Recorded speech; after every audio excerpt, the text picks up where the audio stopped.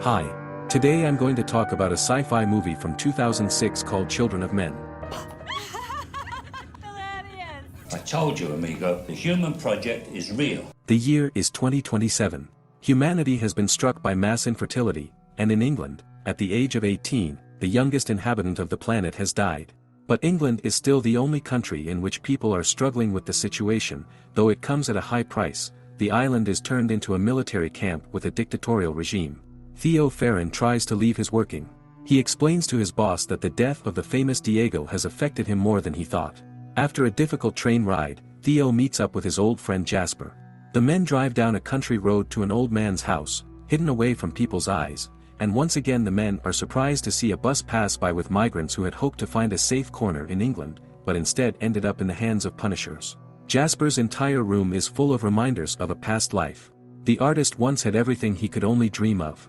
His wife Janice was also a successful beauty, but now found herself confined to a chair and lost touch with this world. Looking at photographs and newspaper clippings, Theo sees a picture that hurts him personally. He and his wife Julianne are embracing their son with a smile.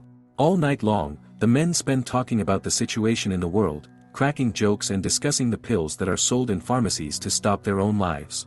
Theo touches on the subject of humanity, a project that no one knows for sure exists, but is said to be studying the problem and finding solutions. On his way out of work, masked men swoop down on Theo and drag the man into a black van and take him to their lair. There, they explain to him that he has been kidnapped by members of the Fishes, a community that fights for equal rights for migrants in England. A woman's voice orders him to remove his mask and Theo sees Julianne, his ex-wife, in front of him. Julianne asks the ex-husband using his connections to get transit papers for a young refugee who needs to be taken through roadblocks to the coast. Theo begins to have doubts, since these days it is very difficult and risky, but Jules offers a large sum of money for the service, which the guy now greatly lacks. Theo appeals to his influential relative, telling him a story that he supposedly has a girlfriend who needs to go to the coast.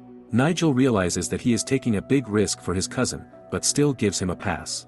However, he can only make a double document, which allows the girl to travel only if accompanied by Theo. Asking him to pay extra on top, Theo tells Fishes that he will do whatever he has to do. Meeting Julianne on the bus, the man tries to figure out how their relationship will work out, but ex-wife doesn't give him any answers. The couple get off at one of the bus stops and wander the streets and end up in a car where they are already waiting. The car is driven by Luke, whom Theo had already met when he was kidnapped, and in the back seat are two women. One is an Englishwoman, Miriam, who looks like a big nesting doll, and the other is the young girl Kee, for whom the whole operation is conceived. The Fishes' plan is next. Luke must take the company to the first roadblock, and then Theo and Kee head out on their own. But plans change, and the car is trapped and Julianne is injured. Immediately, another accident happens and the company is pursued by the police, but Luke breaks away from the chase, causing his behavior to unpleasantly surprise his comrades. After burying Julianne, the group of fugitives continue their journey. Luke brings his friends to his dude's farm, promising that they will be safe here. The house looks something like a headquarters apartment, and Theo, thinking that now he can leave the company, asks to be sent to London, but Luke persuades the boy to wait until morning. Miriam brings Theo to the barn as Kee wants to talk to him. The woman leaves the couple alone, but warns that she will stand under the door so there are no surprises. As they walk past the living room windows, Theo hears people drinking to Luke, who has now become the leader of the community in place of the deceased Julianne. The girl confesses that she and Julianne had a plan that no one in the Fishes knows about. Before she died, Julianne told Kee to trust only Theo, and that he would be the one to get the girl to the Tomorrowland ship, which may be her only chance. Realizing that Theo doesn't want to get involved in all this at all, Kee throws off her layered clothes, and the guy realizes what all the fuss is about. The girl turns out to be the only one pregnant. During the night, arguments flare up in the house. Luke thinks it's too dangerous to go any further and should wait for the birth here, and then try to get on the ship. After thinking it over, Kee agrees to it. Theo is awake thinking about what happened to him today. When he hears the sound of a motorcycle, he goes to the window and sees the same raiders who surrounded them in the woods today. But this time they clearly came in peace, and even more, they came to their home. The man sneaks downstairs and sneaks under the windows, where he hears Luke confessing that he got rid of Julianne and that he only plans to keep Kee alive in order to use her and the child for his own purposes. Back at the house, Theo wakes up the pregnant girl and her friend and, after briefly describing the situation, offers to run away. The man barely manages to start the car, but still the company drives away, gathering a pursuit. Theo takes the women to his friend Jasper's house, hoping that they will not be found there and that the old man will help them think of something. Jasper happily welcomes the guests, and when he sees that Kee is pregnant, he becomes even more involved in the story. After being away for a few hours, Jasper decides on a way for them to get close to the coast. One of his buyers of illegal goods is in the illegal alien catching force. He will take the company to the camp and from there they can get to the ship. At night, everyone wakes up from the loud music and wild sounds, so triggered the old man's alarm, which means that someone is moving to the house. On the camera monitors, the men see several cars and a huge number of Luke's men driving up to the house in a few minutes. Jasper gives his friends his car, and he himself stays in the house with his wife and dog, realizing that these are their last moments. Theo stops the car at a safe distance so he can see what will happen in his friend's house, and he watches Jasper who sacrifices himself to save the fugitives. Theo and the women wait at the agreed location for the man Jasper arranged to meet. While waiting, Miriam tells the man that she has worked as a midwife for many years, and the beginning of the end happened before her eyes. Now she hopes to witness a new beginning. The travelers are brought to the base, from where they will travel on a shared bus. Their escort, Sid, instructs them on how to behave en route and who to contact and they arrive, and takes them to the prison on wheels, disguised as prisoners. Kee senses something is going on at this time, but Miriam hopes it's just a body workout for now.